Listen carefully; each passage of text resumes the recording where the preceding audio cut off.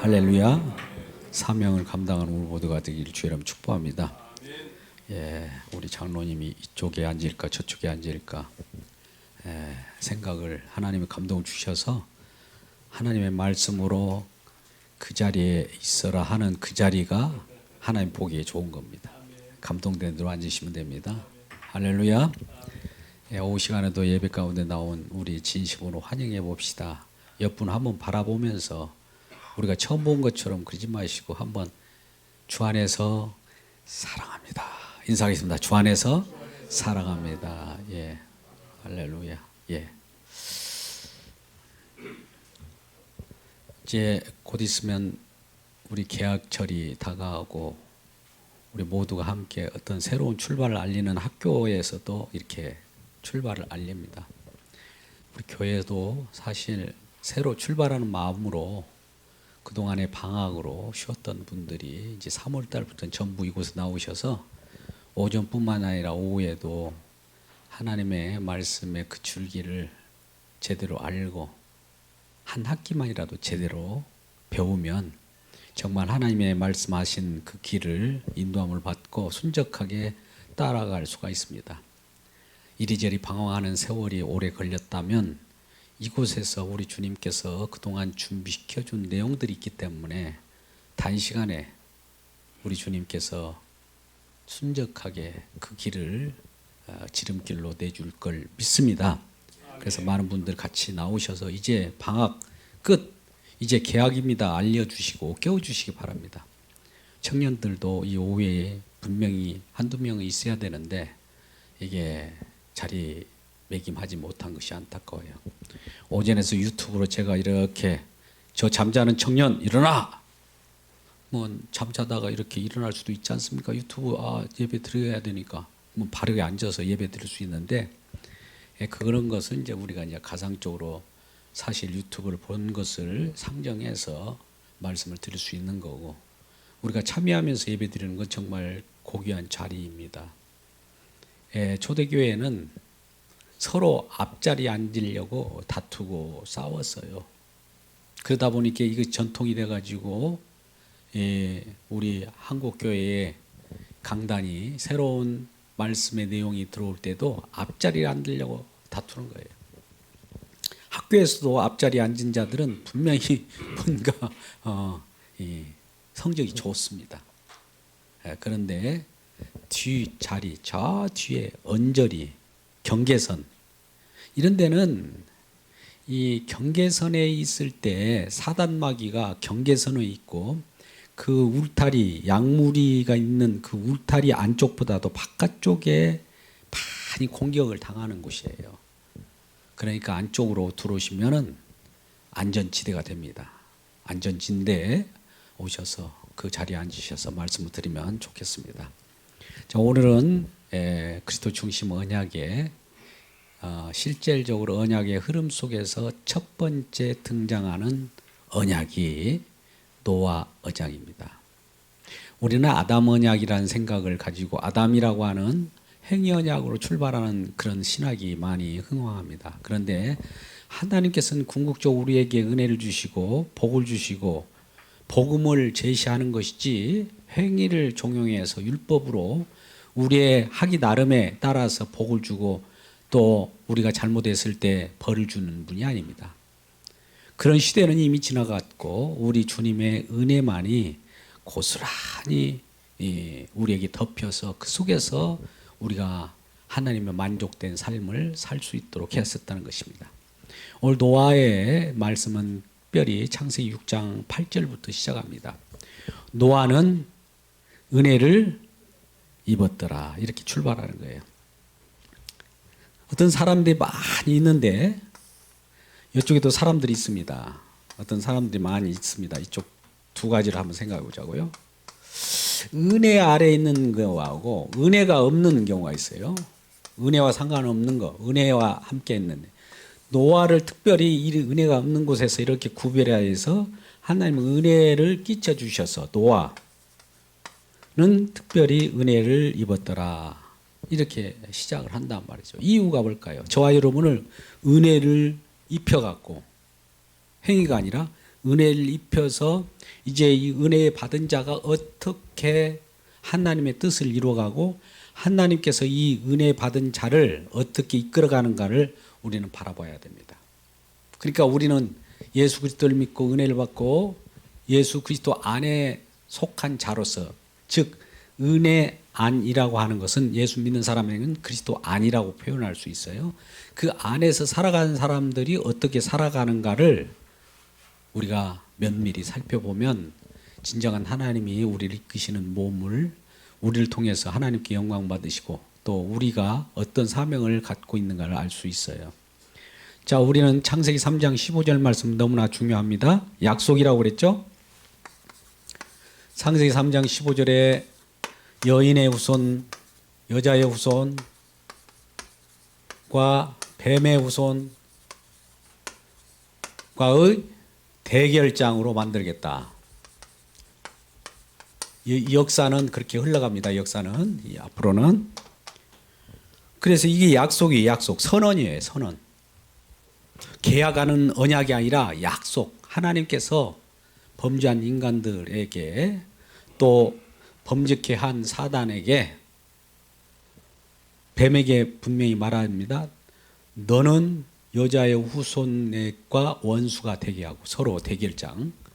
너의 후손도 여자의 후손과 원수가 되게 하리니 여자의 후손이 너의 머리를 상하게 할 것이고 너는 그의 발꿈치를 물리라. 이 약속이에요. 이 내용이 뭘까? 이 약속이 선언됐으면, 약속이 선포됐으면 하나님이 약속을 이루어갑니다. 이제 약속을 이루어가는 때에 이제 새로운 일이 벌어져요. 아담이 이제 하와와 관계 속에서 누구를 낳습니까? 가인과 아벨을 낳습니다. 그런데 이 약속이 이미 떨어졌어요. 약속 방금 같이 창세기 3장 15절이 떨어졌단 말이죠. 이제 이렇게 진행하는데 이 두 계열이, 어떤 자는 이 여인의 후손, 여자의 후손의 역할을 하는가 하면 아벨과 같이 뱀의 후손 역할을 하는 자들이 생겨나게 되는 것이죠. 이 역사가 그렇게 진행되는 거예요. 그래서 이 속에 이 속성이 무엇이며 이 속성이 무엇인가를 알게 하는 거예요. 이게 창세기 3장 15절부터 사실 아담의 후손으로 이제 어떤 자들이 모두가 옵니다. 아담의 후손이잖아요. 우리 저와 여러분이. 그러면 그 중에는 가인의 계열과 아벨 계열이 있어요. 먼저 가인을 낳잖아요. 아담이 하와 합하여 가인을 낳고 또 아벨을 낳아요. 근데 어느 날 이제 가인도 여호와 하나님 앞에 감사를 하면서 제사를 드리죠. 또 아벨도 제사를 드립니다. 그런데 하나님께서는 가인의 제물과 가인만을 받는 거, 아니 가인과 가인의 제물을 받지 아니하고 아벨과 아벨의 제물을 받은 거예요. 제가 두 가지를 표현했습니다. 가인과 가인의 제물, 가인의 제물이 아니라 가인과 가인의 제물은 받지 아니하고 아벨과 아벨의 제물은 받았다. 그래서 하나님께서 일방적으로 아벨의 것을 받았어요. 그것이 하나님이 선택하는 일방적 기준이에요. 우리가 하나님께서 왜 아벨 것만 취합니까? 가인 것도 취하해 주시고 받아주시죠. 이렇게 우리가 하나님의 일에 대해서 간섭할 수가 없어요. 하나님의 일방적인 일이에요. 어쨌든 그 속에서 가인의 것을 받을 수도 있었고 아벨 것을 받을 수 있는데 일단은 여호와 하나님은 아벨 것을 받았어요. 근데 그거에 대해서 하나님이 일방적인 선택에 제물을 받고 흠양하는 것에 대해서 하나님의 일방적인 선택에 대해서 딴지를 걸고 발목을 잡고 하나님 하시는 일에 대해서 불만을 표시한 것이 가인이었어요.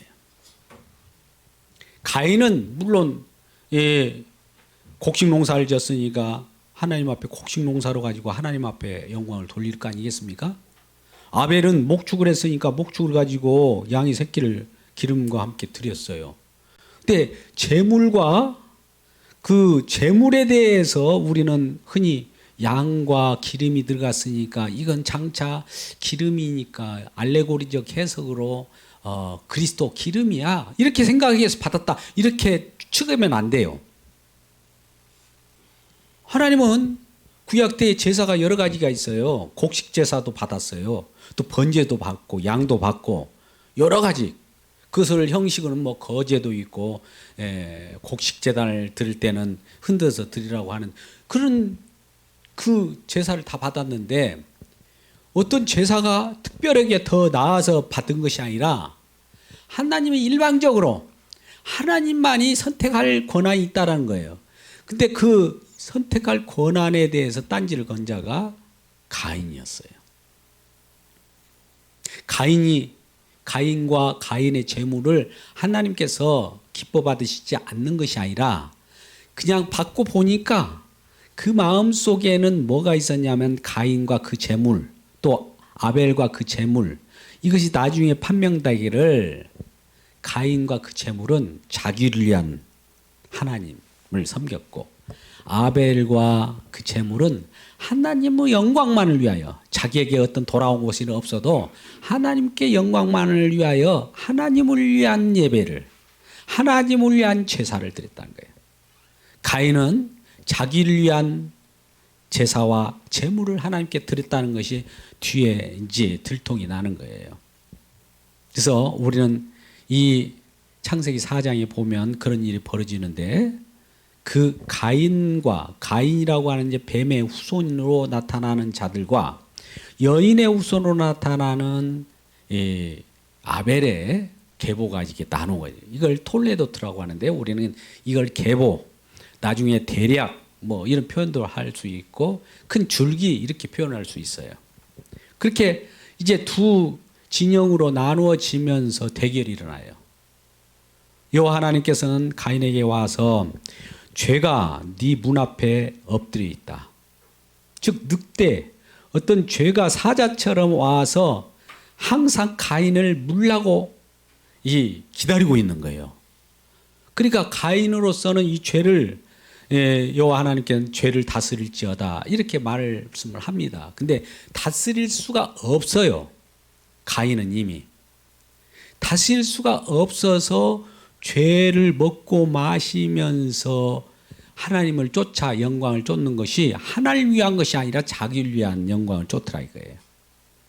그래가지고 결국 이 하나님이 일방적인 선택, 하나님이 하신 일에 대해서 딴지를 걸다 보니까 여호와 하나님에게 저항하는 내용이 자기 아우 아벨을 들녘에서 쳐 죽입니다.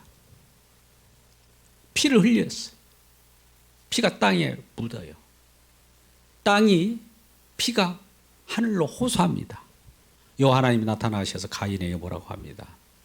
내가 네 아우가 어디 있느냐? 이렇게 물어봐요. 그러니까 거기에서도 마음에 괘씸한 거죠. 이 아벨만 없었으면 자기를 선택했을 것이다. 자기와 자기 재물을 하나님께서 받아주시겠는데 아벨이 있어가지고 내가 하나님 앞에 영광을 몰리고 내가 아우를 지키는 자이니까 이렇게 하나님께 대항을 하는 거예요. 이것이 바로 우리 죄인들의 모습이라는 거예요. 저와 여러분의 모습이에요, 사실. 그러니까 하나님의 하신 일마다 태클을 걸어요. 하나님이시라면 나에게 이렇게 해줘야 하나님이지 않습니까? 내 생각이죠, 내 생각. 내 생각이 뭐예요? 지금 오염된 죄인의 생각이란 말이죠. 근데 하나님은 하나님 스스로 어떤 일을 행하시는 거니까 하나님의 모든 약속과 하나님이 행하시는 일을 우리는 아멘 하고 받아야 돼요. 우리 고린도후서 1장 20절에 지지난주에도 말씀하셨습니다만 하나님 그 어떤 약속과 하나님의 행하신 일은 예수 안에서 무조건 예수께서 다 성취했으니까 그걸 왜 예수께 성취하게 합니까? 우리에게는 안 됩니까? 우리도 할 수 있는데요. 이렇게 딴지 걸면 안 된다. 이게 가인의 마음이에요. 우리 속에는 다 그것이 있다는 거예요. 그래가지고 이제 아벨이 죽은 그 아벨을 대신해서 또 아담과 하하가 대신해서 아들을 낳았으니 이름을 셋이라 하다. 셋이라는 그것은 죽음 속에서 다시 대신해서 죽음을 대체시켜주는 아들이 셋이에요. 근데 셋이 돌아다니면 누군가 셋 전에 누군가 대신 죽었어. 누구 때문에? 인간의 가인과 같은 죄인들 때문에 맞아 죽었어. 이것이 나타나는 거예요. 항상 그렇게 돌아다니는 거예요. 그리고 셋의 자녀가 또 아들을 낳고 자녀를 에노스라고 하였으니 그때부터 여호와의 이름을 불렀더라. 즉 우리를 구원하신 하나님, 이건 4장 26절에 나온 말씀입니다. 에노스 때부터, 셋의 자녀 때부터 우리를 구원해 주셔야만 하는군요. 여호와, 그때 여호와라고 하는 구약적 개념으로서 구원의 하나님 이렇게 표현하는 거예요. 가인은 구원의 하나님을 쫓지 않았죠. 그런데 이제 가인은 이리저리 이제 방황하는 자가 됩니다. 근데 방황하면서도 쫓기는 신세가 돼요. 죄를 짓는 자는 누군가가 자기를 양심에 비추든 누군가 내가 잘못된 것들 그 길을 가면 내가 어디 숨을 곳이 없는 거예요. 누군가 쫓아와서 막 나를 죽일 것 같아요. 그러니까 요 하나님 앞에 그러죠. 나의 앞길이, 내가 가는 길마다 누군가 나를 공격해 오는 것 같습니다. 이렇게 호소를 해줘요. 그런데 여호와 하나님이 이러한 가인에게도 표를 주어서 그를 지켜줘요. 우리 생각에는 가인은 악을 행하였고 나쁜 짓을 행했잖아요. 그 속에는 악이 나오잖아요. 죄가 나오잖아요. 근데 하나님은 왜 죄와 악을 보호하는 형식으로 가인을 보호해 줄까요? 표를 주어서 그걸. 우리는 이걸 이해할 수 없죠. 우리는 어떤 문제가 있으면 죄악이나 잘못된 것들을 완전히 박멸시켜줘가 깨끗한 정화된 사회를 만듭시다. 이렇게 하고자 하잖아요. 오늘날도 이 대한민국도 다른 문화는 다 깡그리 밟아버리고 기독교 문화로 물들입시다. 복음화 시킵시다. 그러잖아요. 그런데 그 속에 가인과 같은 문화가 있어야 할까요? 없어야 할까요? 우리는 없어야 되는데 지금 가인과 같은 가인을 보호해 놓고 지금 가인도 후회가 이제 점점 극대화됩니다. 가인이 그 후손으로 라멕을 낳고 라멕이 또 그 아야다와 실라라고 하는 여인을 통해서 어떤 새로운 세력을 구축해요. 그 문화도 어둠의 문화인데 그 속에서 나타난 건 유발. 여러분 잘 알죠? 유발이 뭐예요? 유발, 퉁수 잡는 예술, 문화예술. 그 유발을 자식으로 낳고 유발이라 이름하는 것은 그 문화예술의 축배였다. 야발이 그렇게 되군요. 유발은 퉁소 잡는 자, 목축 잡는 자.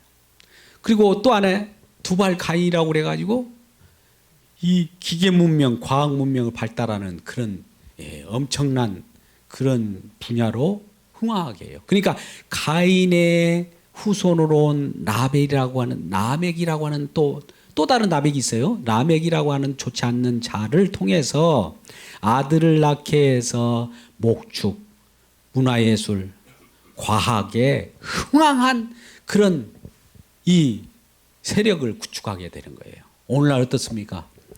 문화예술적으로 많은 사람들이 음악을 이렇게 하는 자들도 있고, 또 목축이라고 하는 것은 많은 사람들이 새로운 자기 먹거리를 창조하기 위해서 일을 하는 거예요. 또 하나는 뭡니까? 과학, 문명, 기술 이런 것들을 발전시키는 거예요. 그때 가인의 세대예요.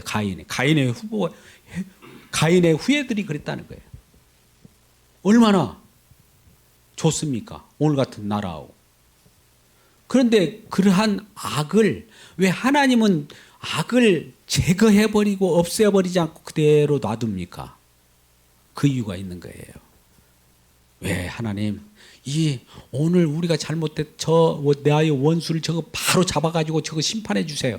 그 심판하다 보면 아무것도 우리는 깨끗하겠지만 하나님은 그 심판을 그렇게 하는 분이 아니에요. 또 교회 속에서도 우리가 알곡과 쭉정이 있으면 그대로 남겨놓으라는 이유도 거기에서도 유래되는 거예요. 다 이유가 있는 거예요. 그래서 결과적으로 그들이 더 흥황하면서 창세기 5장 가면은 이 사람의 딸들, 아름다운 사람의 딸들과 아까 셋 계열 속에 에노스라고 하는 그 하나님의 아들들, 즉 여호와 이름을 불렀던 그 거룩한 계열들이 이제는 서로 이 사람의 딸들, 세상 가인과 같은 계열과 함께 혼합이 되어 버렸어요. 이제는 가인과 아벨이라고 하는 이 계열이 나눠지면서 아벨은 거룩한 피를 흘렸고 그 셋이 나왔고 그 속에서 에노스가 나왔고 여호와를 부르는 그 계열이 나왔는데 창세기 6장 가가지고는 이 계열과 이 계열이 서로 결혼하고 혼합되어 버렸어요. 이제 이 세상에는 거룩과 또 속된 것이 섞어져 갖고 전부 엉망진창이 된 것이 이 창세기 6장이에요.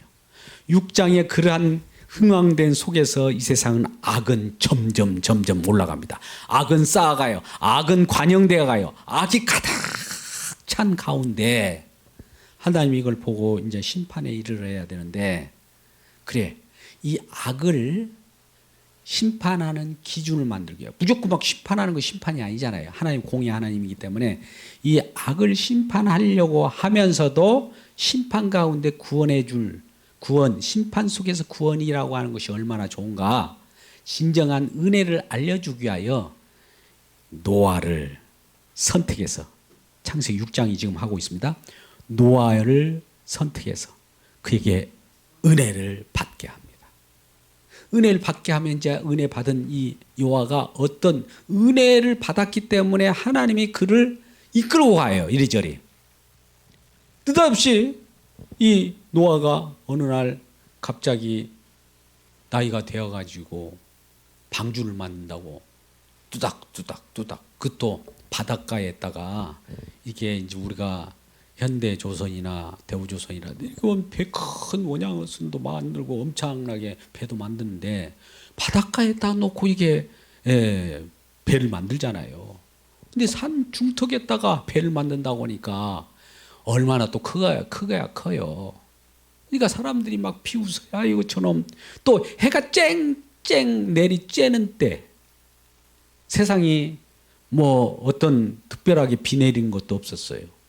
근데 왜 저렇게 산 중턱에다가 배를 만들지?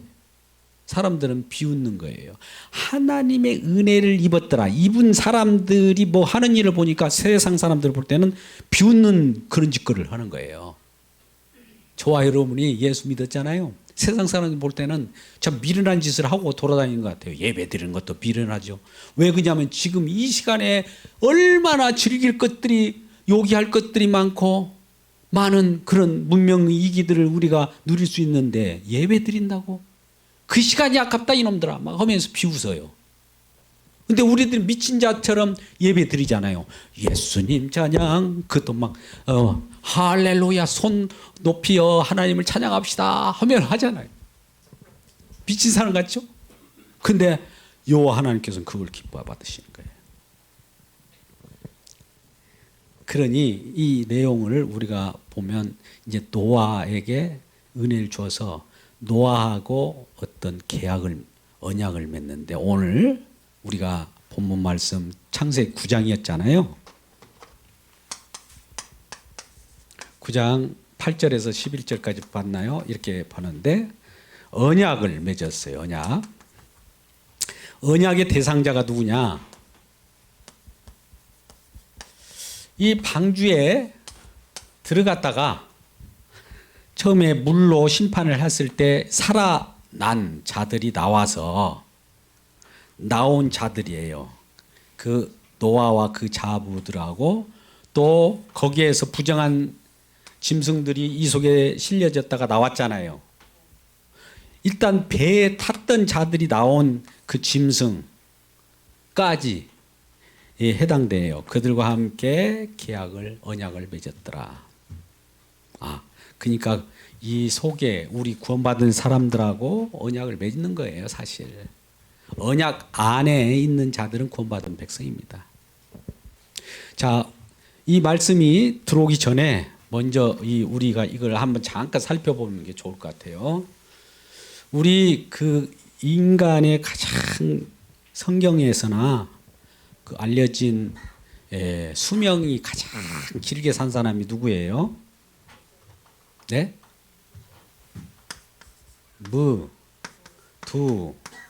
셀라의 몇 살을 샀나요? 우리 그 장로님 몇 살? 무드셀라 아시는 분? 무드셀라.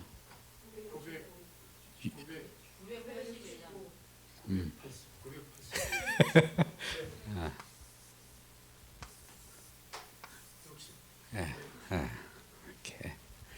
이 무드셀라의 아버지가 누구예요? 예? 에녹이 아들 낳고 이름을 무드셀라라고 하였더라. 무드셀라라고 이름하는 명령이 뭐냐면은 아들 낳고 무드셀라고 이름하였더라. 이 말은 무드셀라가 죽으면 세상 심판이다. 이 뜻이 이 무드셀라 이름 속에 들어가 있는 거예요. 그러니까 인간이 969 가장 오래된 그런 이 에녹이 무드셀라고 이 무드셀라가 969세까지 살 때까지 하나님의 속성이 보여요. 969세 무드셀라가 죽으면 이 세상이 심판이다. 심판을 하려고 하는데 하나님이 바로 심판이 아니라 969세까지 길이 참으시는 하나님. 우리를 정말 금방 막 심판하고 싶은데 또 참고 그래 한 번 더 참자. 그래 또 참자. 이렇게 길이 기다리시는 하나님의 속성을 우리가 여기서 봐야 되는 거예요. 그러니까 무드셀라가 죽으면 이 세상이 심판이다 하니까 에녹은 무드셀라가 죽으면 안 되잖아요. 어디 돌아다니다가 사고나 나면 큰일 나니까 날마다 무드셀라야 어디 있어? 무드셀라 너 잘못되면 큰일 나. 이가 죽으면 세상이 심판이니까 세상이 없어지니까. 그리고 무드셀라가 라멕이라고 하는 자가 있습니다. 여기서 라멕은 또 좋은 라멕이에요. 라멕을 낳고 라멕가 노아를 낳아요. 그러니까 이 노아를 낳고 노아가 언제 한 600세 정도 될 때에 이제 과연 이 무드셀라가 딱 죽는 해 노아가 600세 된 때에 홍수가 임한 거예요. 말씀대로 이루어진 거예요. 하나님이 길이 참으면서 안 되겠다. 이 죄악이 아까 같이 관영되는 거예요. 막 넘치는 거예요. 아까 이 괜찮은 계보에 있던 셋의 계보, 그 거룩하다고 하는 이 아벨 계통의 계보에 있는 자들도 가인의 계통에 있는 그런 자들과 혼합돼 가지고 이 세상이 이제 죄가 관영한 거예요. 관영 가득 찼다는 거예요. 하나님이 보고 이 정도로 죄가 찼으면 이건 이제 심판이다. 심판해야 되겠네. 그랬더니 노아가 600세 때 홍수가 임하여서 이제 세상은 심판이에요.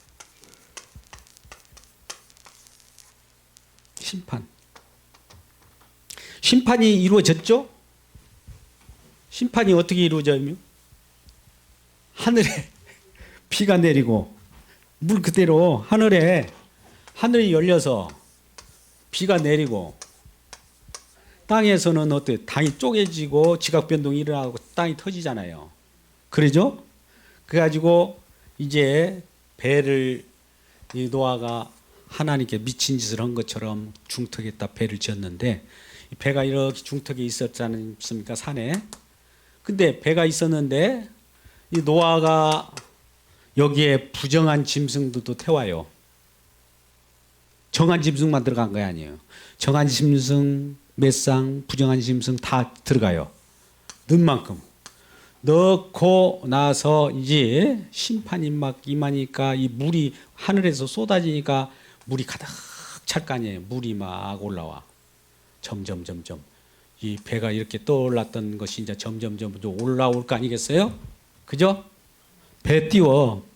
배 띄우니까 물이 이렇게 창궐을 할 거 아니에요.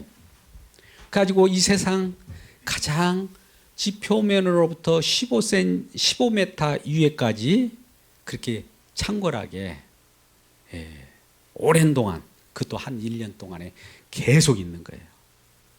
심판이 다 끝나버렸잖아요. 여기에 있는 자들만 살았어요. 그 많은 기식하는 생물과 사람들은 다 죽었어요. 죽음은 이렇게 표현하겠죠. 이렇게 막 이렇게 누워 있고, 여기는 이렇게 죽어가지고 이게 거꾸로 죽어 있는 모습들 막 이렇게 처박혀 있고 이럴 거 아니에요. 이 배에 탄 사람들은 어떻게 보면 여기에는 안에서 밖을 볼 수 없지만은 이런 모습을, 이 모습과 대조적이에요. 여기서는 흥얼거리고 즐거워하면서 뱃놀이 하는 건데 여기는 다 빠져 죽었단 말이에요. 이 모습을 보시라니까요. 그러면 이것이, 이 배가 떠오르려면, 배가 떠오르는 것을 구원이라고 봅시다. 구원. 배가 붕붕붕 떠오를 때 구원이잖아요. 떠오르려면 뭐가 있어야 돼요? 일단 물어보죠. 떠오르려면 뭐가 있어야 돼요? 불이요? 물이 뭐예요? 물이 뭐냐고요? 말 그대로 홍수, 심판, 물. 물이라는 게, 물이 심판이잖아요. 심판이 있어야 구원이 있는 거죠. 할렐루야. 하나님의 비밀의 진리를 발견하기를 주의 이름 축복합니다. 구원은 그냥 구원이 아니라 심판과 함께 구원인 거예요. 한 짝이에요, 한 짝. 구원, 그냥 구원이 없어요. 심판만 있을 수 없어요. 심판이 있다는 것은 심판 속에서 누군가 구원받을 자를 이미 예표해 놓고 심판을 하는 거예요. 모조리 다 심판인데 그 중에 하나님의 은혜를 입은, 즉 은혜 안에 있는, 은혜 속에는 언약이 들 있습니다만 장차 언약이 나타나는데 언약이 있는 자만 이렇게 올라온 거예요. 그러면 여기는 우리가 이런 생각을 하잖아요. 자, 우리 산이 물에 덮였다고 할 때 이 생각을 해보세요. 우리가 창세기 1장 2절에도 그런 얘기인데, 창세기 하나님 창조 역사가 바다예요, 바다. 이 바다를 이렇게 그리는데, 바다 물이 이제 딱 했는데, 이제 뭔가 이 홍수 심판이 모든 육지로부터 한 15m까지 창궐하게 계속 유지하다가 어느 순간 하나님이 이걸 묻을 올려요. 바람으로 불어서 이 물을 다 쓸어서 한쪽으로 저장하고, 이 물이 있다면 여기서부터 이렇게 육지가 올라오겠죠. 올라오지, 육지. 여기 바다. 하나님께 창조하실 때 처음에 위 궁창과 아래 궁창을 나누고 또 묻이 드러나라 하는 창세기에 한째, 둘째, 셋째 날이 이런 일들이 있어요. 다섯째, 넷째, 다섯째, 여섯째 날도 이런 일을 했다고. 그 묻이 드러나라고 하는 것은 뭐냐? 다 심판인데 그 속에서 육지로 올라오는 이 구원을 이미 나타낸 거예요. 창세기 때부터 시작할 때. 자, 이제 홍수 심판이 다 물에 다 잠겼습니다. 근데 어느 순간에 이제 묻이 올라오고 이제 바닷물이 잠긴 것들이 가라앉고 사라지고 하다 보니까 육지가 올라오는 이 모습을 통해서 구원의 모습을 보게 되는 겁니다. 할렐루야. 그래서 이 땅도 물에, 이 땅도 땅이잖아요. 육지가. 땅도 물에 잠겼다가, 심판에 잠겼다가 땅이 육지인데 육지도 다시 올라왔다는 건 뭡니까? 땅도 한번 심판받고 올라온 거예요. 땅에 있는 모든 것들이 정화된 거예요. 이제는 아까 가인이 아벨을 쳐 죽였고 아벨의 피가 땅이 흘러서 땅이 숨을 못 쉬는 거예요. 피를 보니까.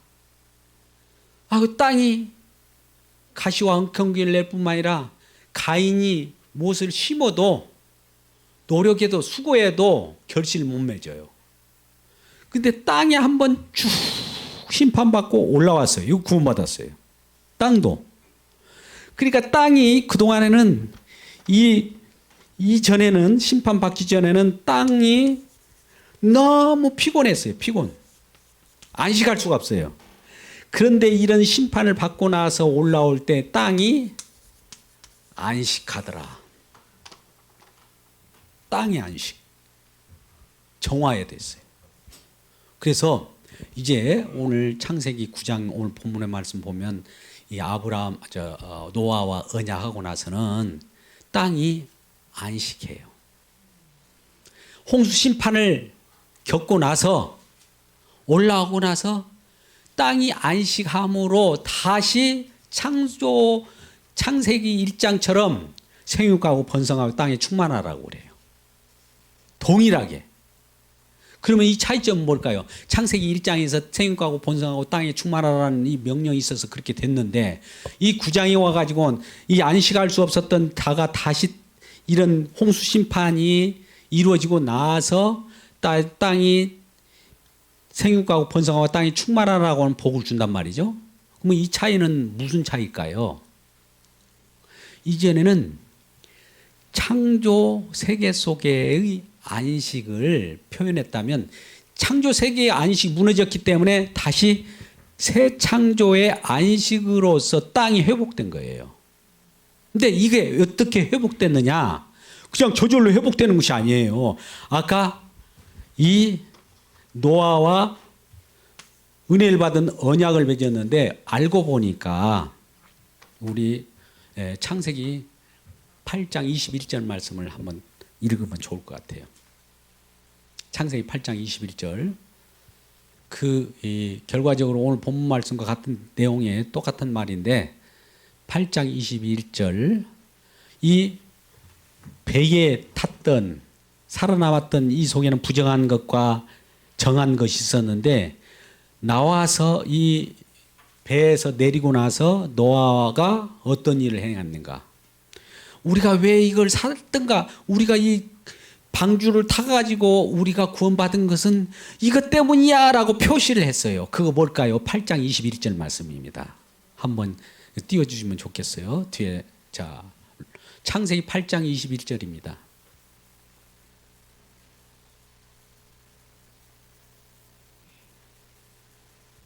자, 같이 8장 21절 말씀.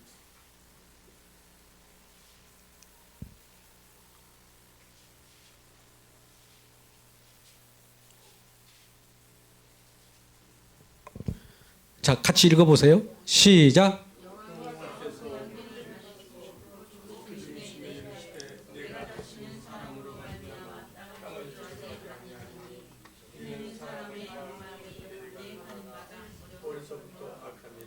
자, 보세요. 이 내용은 이런 거예요. 뭘 지금 드렸어요? 여호와께서 8장 21절인데 20절이나 22절 계속 이어지는 건데요. 여기에서 정결한 짐승을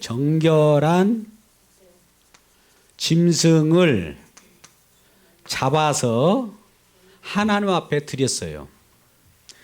하나님 앞에 드렸기 때문에 결과적으로 우리가 이렇게 건진받은 것은 정결한 짐승의 희생에 의해서 우리가 이런 혜택을 구원받았고 방주에 우리가 살았다는 것을 이렇게 고백하는 내용이에요.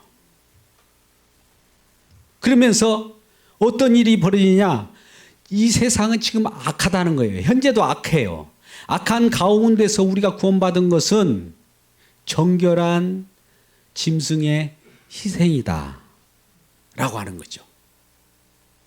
자, 그러면 노아 언약이 지금 언약의 내용이에요. 이게 노아 언약이라고 하는 것은 정결한 짐승 희생에 의해서 정결한 짐승의 희생에 의해서 노아의 방주가 붕붕 떴고 살아났고요. 정결한 짐승의 희생에 의해서 육지가 위로 올라와 가지고 다시 번성할 수 있는 계기가 된 거예요. 번성 계기. 복을 받는 계기가 되었다는 거예요.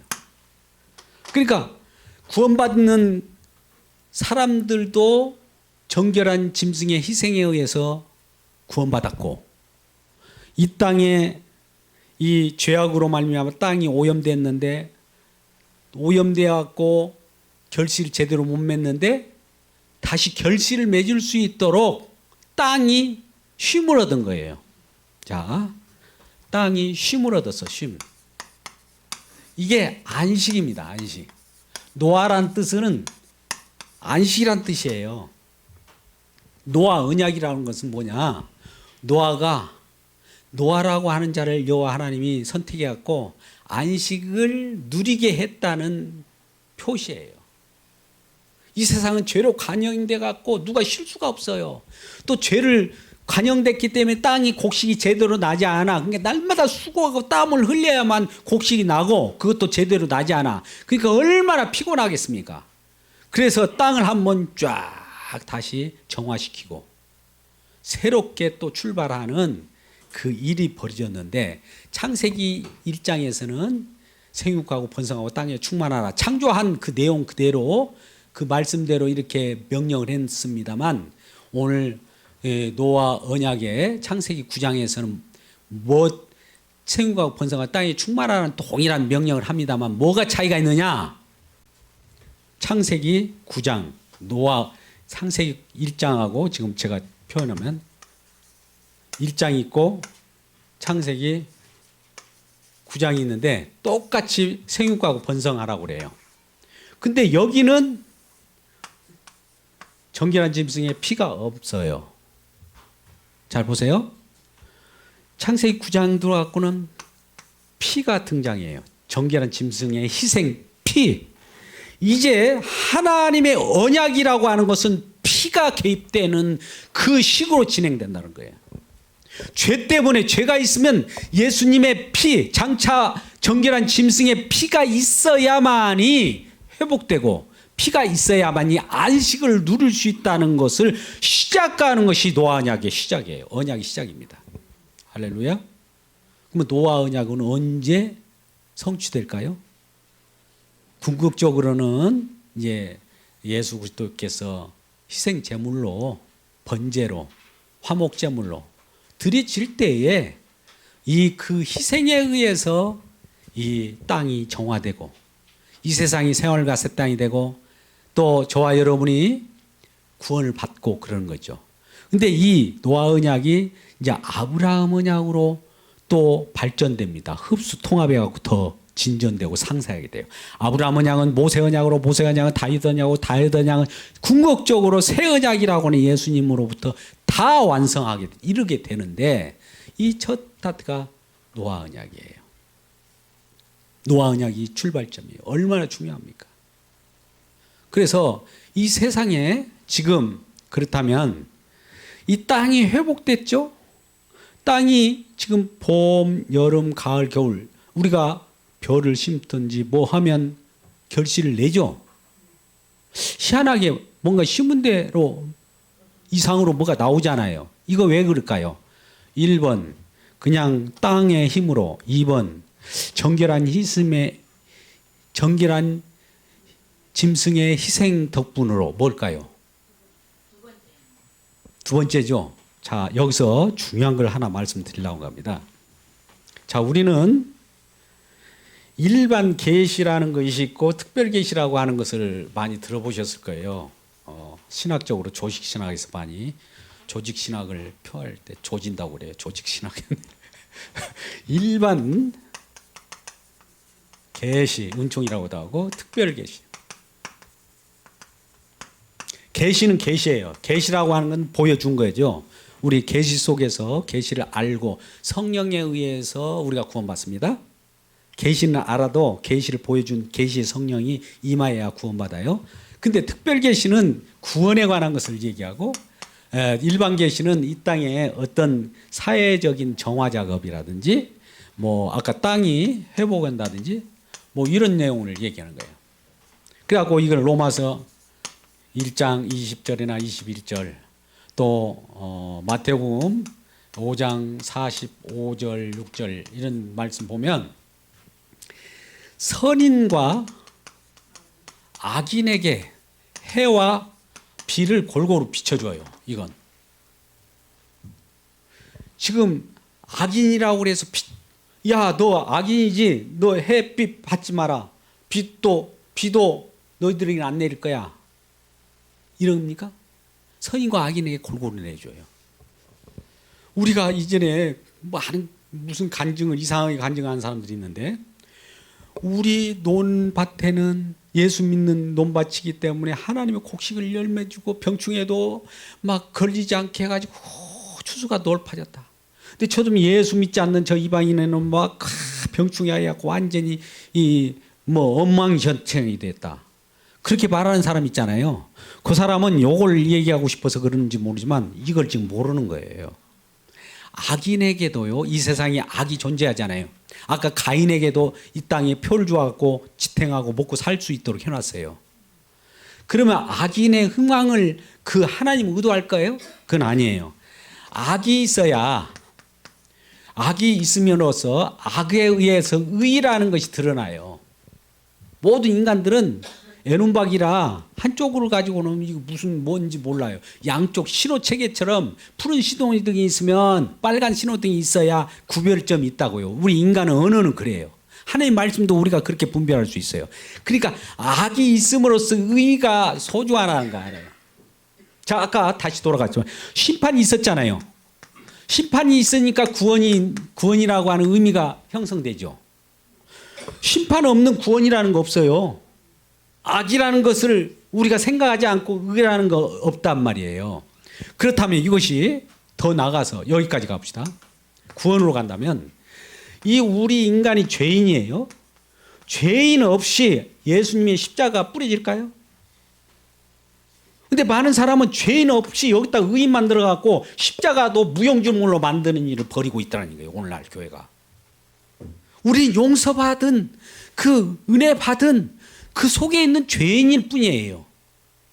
죄인으로 있어야 하나님의 의의 은혜를 계속 덧입고 올 거 아니에요. 오라가 계속 되어야 하나님 은혜의 정죄함이 없느니라 계속 갈 거 아닙니까 같이.